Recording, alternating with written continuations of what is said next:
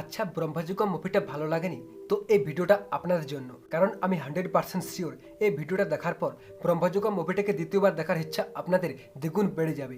কারণ আজকের এই ভিডিওতে আমি ব্রহ্মযুগম মুভির ব্যাপারে একটু ডিপে গিয়ে আলোচনা করব। আর বেশি দেরি না করে চলুন আজকের এই ভিডিওটাকে শুরু করা যাক। তো ভাই, এটা ব্রহ্মযুগের উন্মুক্ত সময়, সবচেয়ে জঘন্য সময়, কলিযুগের থেকেও খারাপ সময় এটা। ব্রহ্মযুগে ঈশ্বরের ভক্তির কোনো মানে নেই, প্রথা পরম্পরা সবই বৃথা এই যুগে। তাই এই মুভির সবচেয়ে মিস্টিরিয়াস ক্যারেক্টার কডমান পুট্টি মানে চাতনকে দিয়ে আজকের এই ভিডিওটা শুরু করা যাক। তো মুভির সেকেন্ড হাফে গিয়ে আমরা জানতে পারি যে কডমান পুট্টি মারা গেছে আর কডমান পুট্টির ভেসে এখানে চাতন থাকে।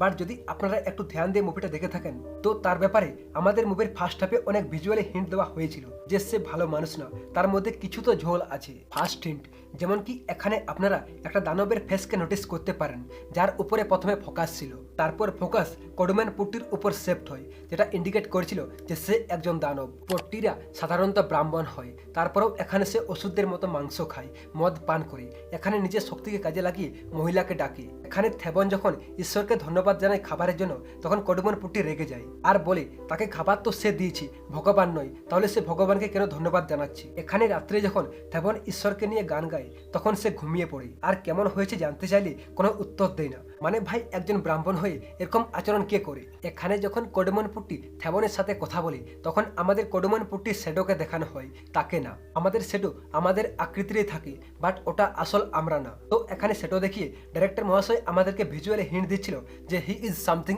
এলস। তো ভাই, মুভির ফার্স্ট হাফে এরকমই বেশ কিছু ভিজুয়াল হিন্ট দিয়েছিল আমাদের, বাট আমরা বুঝতে পারিনি, সেকেন্ড হাফে গিয়ে বুঝতে পারি। নেক্সট, ইয়াক্সি। ইয়াক্সি এমন একজন সুপার ন্যাচারাল স্পিরিট যার সম্পর্কে হিন্দু, বুদ্ধ, জৈন 3 ধর্মের মাইথোলজিতেই উল্লেখ আছে। তবে এদের ভালো এবং খারাপ দুই রূপ আছে। যারা ভালো তাদেরকে প্রোটেক্টর হিসেবে পুজো করা হয়, এরা ঈশ্বরের খাজনা ধন সম্পদ রক্ষা করার দায়িত্বে থাকে। আর যারা মন্দিরের দিকে চলে যায় তারা মানুষের ক্ষতি করে, এমনকি জীবন নাশও করতে পারে। বাট কেরালার ফোকলোর অনুযায়ী এটা সম্পূর্ণ আলাদা। তারা মনে করে ইয়াক্সিদের ভালো মন্দ বা দেবী শক্তি বলে কিছুই নেই, তারা অভিশপ্ত, খারাপ বা কালো শক্তির অংশ, যেমনটা ব্রহ্মযুগম মুভিতে দেখানো হয়েছে। যারা মুভিটা দেখেছেন তারা তো জানেনই যে এই ইয়াক্সি চাথন এর সাথে মিশে আছে, যে লোকেদের ভয় দেখিয়ে পট্টির হাবিলের দিকে নিয়ে যায়, যেখানে চাথন তাদের বন্দি করে নেই। বাট মুভিতে কি ইয়াক্সিকে শুধুমাত্র এই জন্য দেখানো হয়েছে? তো না, ইয়াক্সিকে মুভিতে প্লট ডিভাইস এন্ড মেটাফরিক্যাল ভাবে দেখানো হয়েছে, যে ফোরশেডো করেছিল ধন দৌলতকে। যেমন কি এখানে ইয়াক্সি কোরাকে তার বসে করে নেই, যে একজন নিচু জাতের লোক ছিল, যে পরে তার পিছনে পিছনে তার সাথে যায়, যেভাবে একজন গরিব লোক টাকা পয়সা ধন দৌলতের পিছনে যায়, বাট ইভেন্চুয়ালি তার মৃত্যু হয়। কিন্তু এখানে ইয়াক্সি স্বয়ং কডমান পুটির কাছে যায়, যেভাবে ধন দৌলত স্বয়ং বড় লোকদের ঘরে যায়। So moral of the story, গরিব গরিবে থাকে আর বড় লোকেরা আরো দিন দিন ধনী হতে থাকে। কেরালার ফোকলোর অনুযায়ী ইয়ক্সিদের ডর আর সেক্সুয়ালিটির দ্বারা অ্যাসোসিয়েট করা যায়, আর এমনটা এই মুভিতে হয়। ওরা ইয়ক্সির সাথে সেক্সুয়ালি ফিল করে আর থেবন ডর। So I hope you are understand. Next, মুভিতে একটা অভিশপ্ত রিং আছে, যার ব্যাপারে আমরা সেকেন্ড হাফে গিয়ে জানতে পারি। যারা মুভিটা দেখেছেন তারা হয়তো জানেন যে এই মুভিতে এই রিংটার গুরুত্ব কতখানি, বাট তারপরও এই রিংয়ের ব্যাপারে আমাদের আগে থেকে কেন কিছু বলা হয়নি। হ্যাঁ, অবশ্যই ভিজুয়ালি অনেক হিন্ট দেওয়া হয়েছিল যেটা আমরা বুঝতে পারিনি। যেমন কি মুভিতে কডমান পুট্টি বা চেতনের এন্ট্রির সময় আমাদের আগে রিংটাকে দেখানো হয়। চেতন যখন সিরিয়াস হয়ে যায় তখন আমাদের রিংকে দেখানো হয়, যখন সে রেগে যায় তখন রিং পুরো হাত দিয়ে সে অ্যাটাক করে, যেগুলো আমাদের হিন্ট দিচ্ছিল যে এই মুভিতে যা কিছু হচ্ছে সবকিছু এই রিংটার জন্যই হচ্ছে। বাট একটা রিং যখন মুভিতে এতটা ইম্পর্টেন্ট, তারপরেও এই রিংটার ব্যাপারে আমাদের আগে থেকে কেন কিছু বলা হয়নি? তো এটা দুটো কারণ হতে পারে। নম্বর 1, তো এই মুভিটাকে আমরা থেবন এর পয়েন্ট অফ ভিউ থেকে দেখছিলাম, আর এর জন্যই মুভিতে যখন কডমান পুটির এন্ট্রি হয় তখন আমাদের কডমান পুটির ফেসকে দেখানো হয়নি, যতক্ষণ না থেবন মাথা তুলে কডমান পুটির ফেসকে দেখে। সেম ভাবে রসোইয়া যখন থেবনকে পট্টি ফ্যামিলি আর চাতন এর গল্প শোনাচ্ছিল তখন থেবন চাতনকে যেমন কল্পনা করে তেমন আমাদের দেখানো হয়। বাট আসলে তো চাতনকে দেখতে আলাদা রকম, যতটা থেবন জানে ততটাই অডিয়েন্স জানে, আর এটাই একমাত্র কারণ যার জন্য আমাদের রিঙ্গের ব্যাপারে কোনো কিছু দেখানো হয়নি, কারণ কডমান পুটির বেটা থেবনকে রিঙ্গের ব্যাপারে কোনো কিছু বলেনি। নম্বর 2, তো হতে পারে রসোইয়া ইচ্ছা করে রিংটার ব্যাপারে থেবনকে কিছু বলেনি, কারণ তার ভয় ছিল যে যদি থেবন রিংটার ব্যাপারে জানার পর সেও রিংটাকে পাওয়ার চেষ্টা করে। এটা মুভির শেষে হয়ও, কারণ পাওয়ার কে না চায়। কারণ এই রিংটার একটাই কনসেপ্ট যে এই রিংটাকে পরবে সেই চাতনের মালিক হয়ে যাবে। আর এই জন্যই তো মুভির ক্লাইম্যাক্সে আমরা দেখি কডমান পুটির ব্যাটার হাতে এই রিংটা দেখে চেতন তার মাথাকে নিচু করে নেই। আশা করি আমি বুঝাতে পেরেছি আর আপনারা বুঝতে পেরেছেন।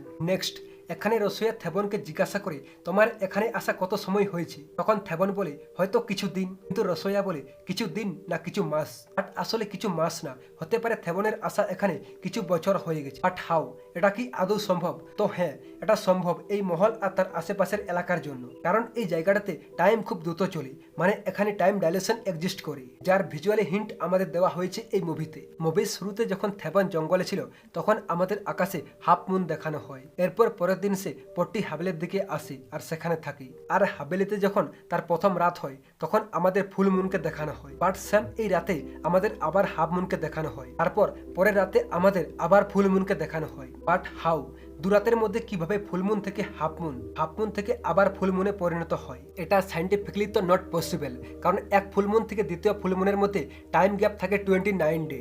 আর এর জন্যই তো এখানে যখন থেবন এই হাভেলির এলাকাকে পার করে তখন তার ব্ল্যাক পিয়ার্ড হঠাৎ করে সাদা হয়ে যায়। আর এমনটা হয় কারণ এই এলাকা থেকে বার হতে টাইম ডাইলেশন শেষ হয়ে যায়, মানে বাইরের এলাকার রিয়েল টাইমের ইফেক্ট পড়ে তার বডির উপর, আর এর জন্যই তার দাড়ি সাদা হয়ে যায়। বাট এখানে টাইম ডাইলেশন কিভাবে এক্সিস্ট করে আই ডোন্ট নো। কোনো সায়েন্স স্টুডেন্টের মাথায় যদি কোনো থিওরি থেকে থাকে তো নিচে কমেন্ট বক্স ফাঁকা পড়ে আছে, কাজে লেগে যাও। নেক্সট, এখানে চাথনকে ধরতে যাওয়ার সময় কডমন পুটির বেটা থেবনকে বলে সাবধানে থাকতে, কারণ চাথন তাদের উপর সাইকোলজিক্যাল গেম খেলতে পারে, যেমনটা সে পরে করেও। এখানে থেবনকে সিঙ্কিং রুমে বন্দি করে আর রসোইয়াকে রোটেশন রুমে বন্দি করে। এখানে রোটেশন রুমে আপনারা নোটিস করতে পারেন যখন রোটেশন স্টার্ট হয় তখন এখানে থাকা এই কলসিটা আর এই জিনিসটা না নড়ে না পড়ে, যা থেকে আমরা বুঝতে পারি যে এই সব কিছু বাস্তবে হচ্ছিল না, কডমন পুটির বেটা আর থেবন এর মাথার মধ্যে হচ্ছিল। দ্যাটস মিন চাথন এখানে সাইকোলজিক্যাল গেম খেলছিল তাদের উপর।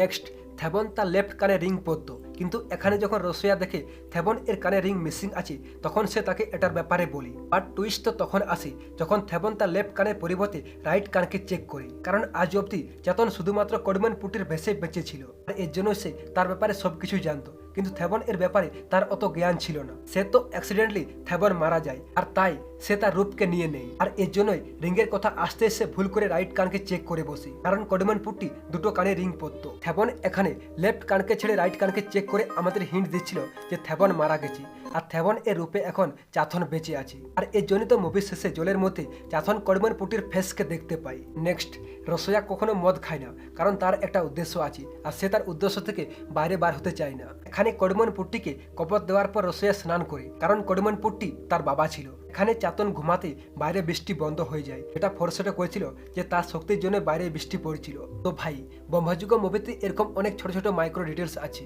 যেগুলোকে না হয় আমি পরে অন্য একটা ভিডিওতে কথা বলবো, এই ভিডিওর পার্ট 2তে, কারণ এই ভিডিওটা এমনিতেই অনেক লম্বা হয়ে গেছে, আরো বেশি লম্বা করলে ওয়াচ টাইমের মা বোন এক হয়ে যাবে। তো বন্ধুরা, আজকের এই ভিডিওতে এতটাই। ভিডিওটা আপনাদের কেমন লাগলো তা অবশ্যই কমেন্ট করে জানিও, আর এই মুভিটার ব্যাপারে আপনাদের কি মত তা জানিও।